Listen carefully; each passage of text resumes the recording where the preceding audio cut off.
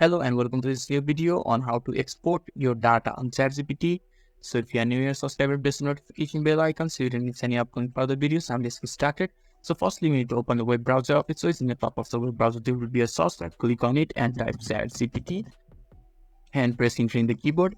Now the ChatGPT interface will be open in your screen, and when it gets been successfully loaded, you just have to look in the top right corner. There is a circular icon with an alphabet in it. Just click on it and a pop-up box will appear.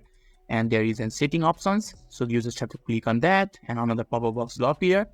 And you just have to look on the left hand side of the pop-up box.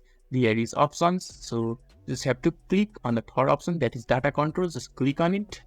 And when you're inside data control section, there is another section to export data, and when you look in the right side of the export data, there is an export button. You just have to click on the export button and you just have to confirm export. And when you have done it, as you can see, the data has been exported successfully. So this is how to export your data on ChatGPT easily. So if this video is helpful to you, don't forget to leave a like button. Thank you.